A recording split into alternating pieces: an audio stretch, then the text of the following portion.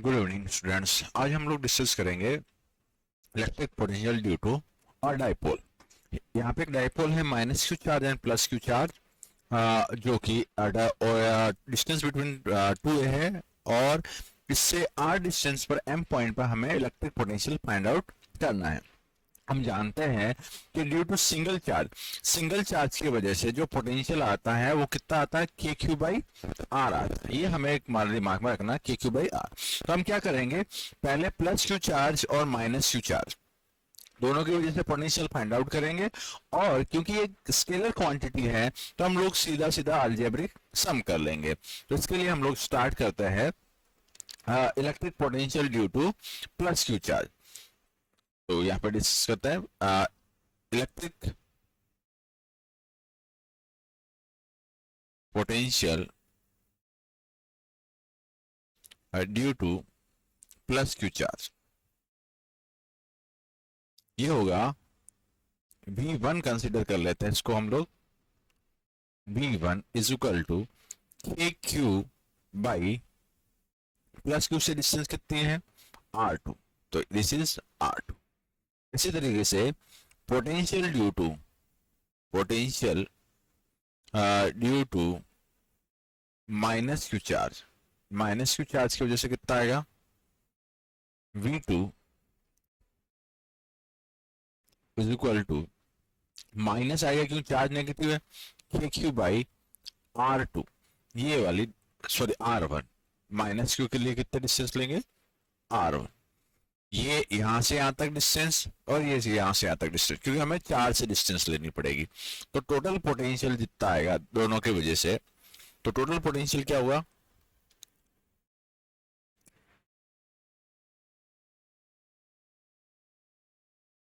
V is equal to V1 plus V2। अगर हम दोनों को ऐड करें V1 प्लस V2 तो ये क्या बनेगा, V is equal to k Q by R2 plus minus इसमें आएगा माइनस के क्यू बाई R1। एलसीएम ले लेंगे और इसको सॉल्व करेंगे थोड़ा सा। के Q 1 by R2 minus 1 by R1।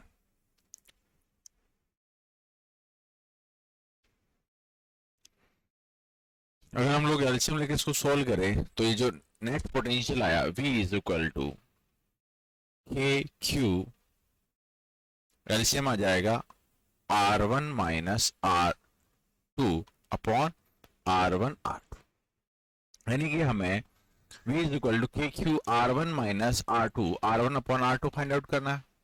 अब जो हमें जो रिजल्ट निकालना है वो R के टर्म्स में निकालना, क्योंकि R1 और R2 तो हमने यहाँ पे कंसिडर किए।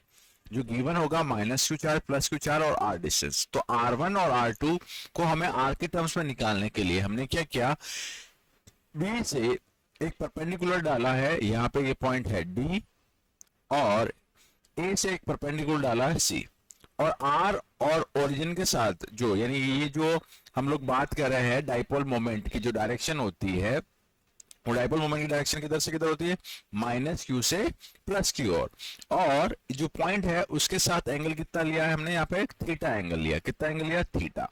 तो अब यहाँ पे बात करें कि थीटा एंगल लिया है, तो हमने यहाँ पे परपेंडिकुलर डाला है A से तो C और B से D, और ये जो डिस्टेंस है A से O के बीच में कितनी डिस्टेंस है, A, और O से B के डिस्टेंस में कितनी है, A, और यहाँ पे एंगल कितना दे रखा, theta.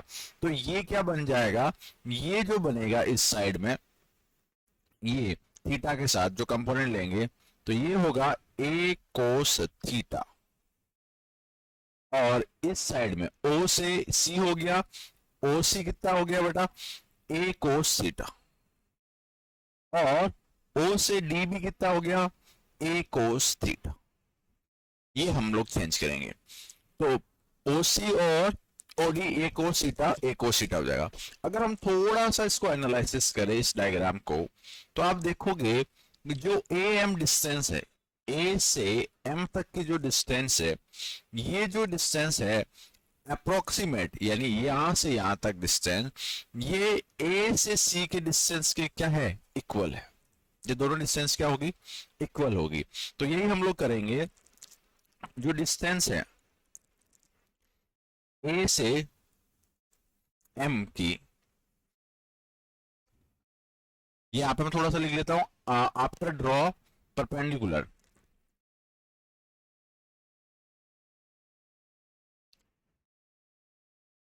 After draw a perpendicular,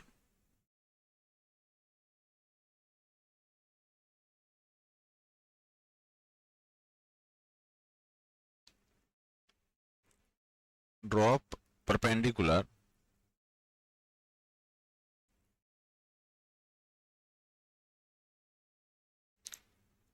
जो ए से डिस्टेंस एम की, ए से M is equal to R M, इसको मैं लिख सकता हूं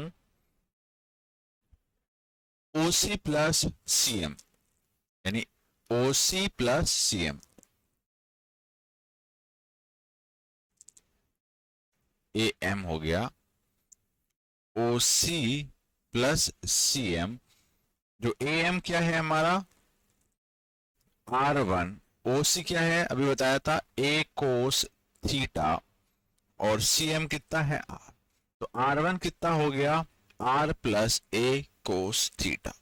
सेम मैनर में बी एम, बी एम आप डायग्राम में देखिए एक बार दोबारा, बी एम कितना दे रखा है, यहां से बी से एम ये आर टू है, तो ये जो आर टू डिस्टेंस है यहां से यहां तक बी से लेके एम तक, ये सेम डी से एम के अप्रोक्सीमेट इक्वल होगी, तो B M is equal to, और वो कैसे लिखेंगे, जो टोटल डिस्टेंस है ओ एम में से ओ डी सब्ट्रैक्ट करेंगे तो क्या आ जाएगी डी एम, यानी कि ये इस पूरी डिस्टेंस में से ओ डी हटा दो, और ओ डी कितना है इसका का, ये ए है तो इसका कंपोनेंट कितना आएगा ए कोस थीटा आएगा,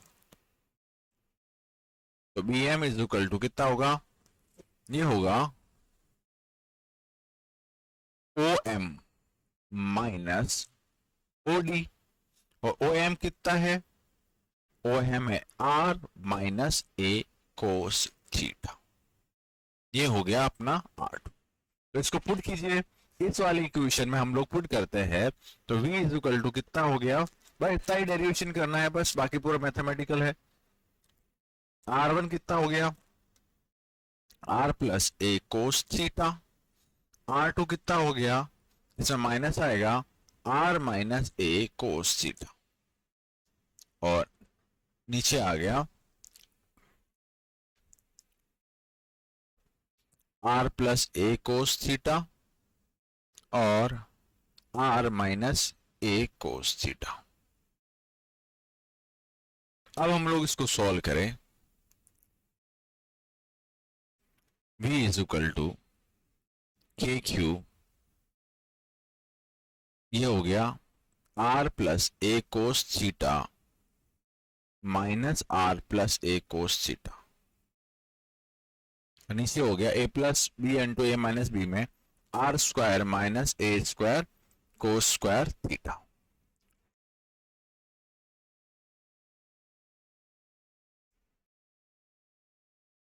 तो v बिकेम हो गया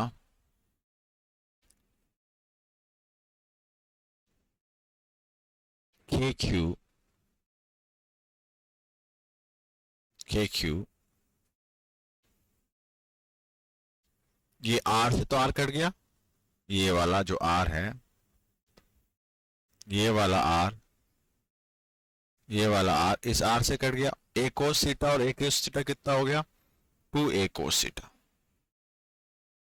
2a cos theta upon are square minus A square cos square theta. और हम जानते हैं कि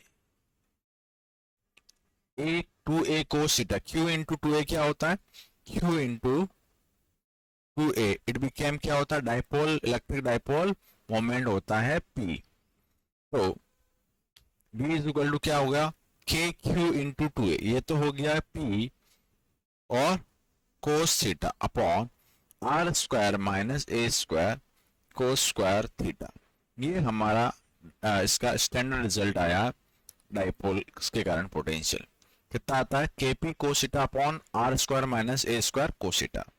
if r is very very greater than, जो आर है ये ए से ज्यादा हो तो इसको नेग्लेक्ट कर लेंगे, तो कितना बन जाएगा, KP cos theta upon are square. तो पोटेंशियल कितना आता है, KP cos theta upon are square. अब यहाँ पे केस ले सकते हो, एक्चुअल पोजीशन में निकालना है। एक्चुअल पोजीशन पे क्या होगा, थीटा कितना होगा 0 डिग्री, तो v कितना होगा बताओ, KP upon are square. Actual position और इक्वेटोरियल का मतलब, एक्चुअल और इक्वेटोरियल जानते होंगे कि एक्चुअल का मतलब अगर आप पॉइंट को इस जगह पे लोगे तो ये एक्चुअल थीटा कितना होगा 0 और कोस 0 का मान 1। अगर आप इक्वेटोरियल पोजीशन पे लोगे तो यहाँ पर थीटा कितना होगा 90 डिग्री, तो कोस 90 की वैल्यू कितनी होती है 0 होती है। तो इसलिए एक्सेल पे कितना आएगा, एक्सेल पे आएगा v is equal to KP by R square, और इक्वेटोरियल पे कितना आएगा, केपी कोस 0 की वैल्यू कितनी हो जाएगी 0 अपॉन आर स्क्वायर, तो कितना आएगा 0। तो फाइनल रिजल्ट आपको याद रखना है कि v इज इक्वल टू होता है KP cos theta upon are square minus A square cos square theta. ये इसका स्टैंडर्ड रिजल्ट है। आई होप दैट आपको समझ में आया होगा। Thank you.